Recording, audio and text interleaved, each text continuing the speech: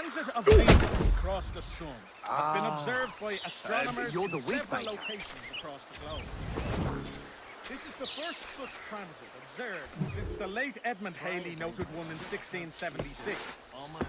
This is the second prediction of the famous astronomer to come true in recent years. The first, of course, being the return of his comet. I fear the worst is still. Ladies are reminded to keep modesty and practicality in mind in their dress. This message is sponsored by the East India Company, importers of fine